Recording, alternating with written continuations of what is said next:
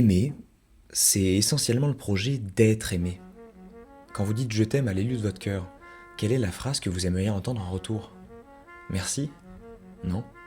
Vous aimeriez entendre moi aussi. Et c'est normal.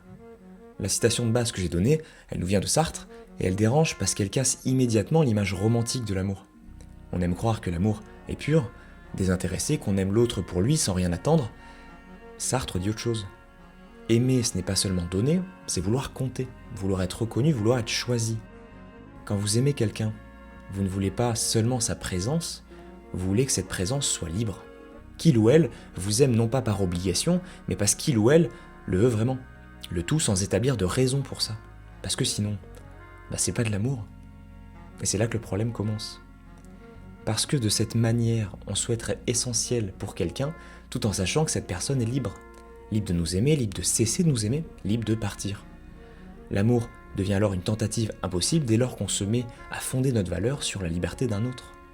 On souhaite être indispensable sans jamais contraindre. Mais dès qu'on cherche à sécuriser l'amour, on commence à le détruire.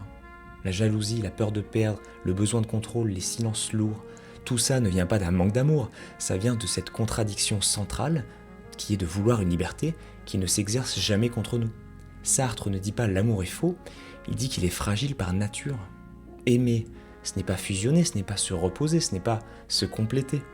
C'est accepter intérieurement que l'autre ne nous appartienne jamais et que notre importance pour lui ne soit jamais garantie. C'est pour ça que l'amour est angoissant. Pas parce qu'il manque de sens, mais parce qu'il engage deux libertés qui peuvent toujours se séparer.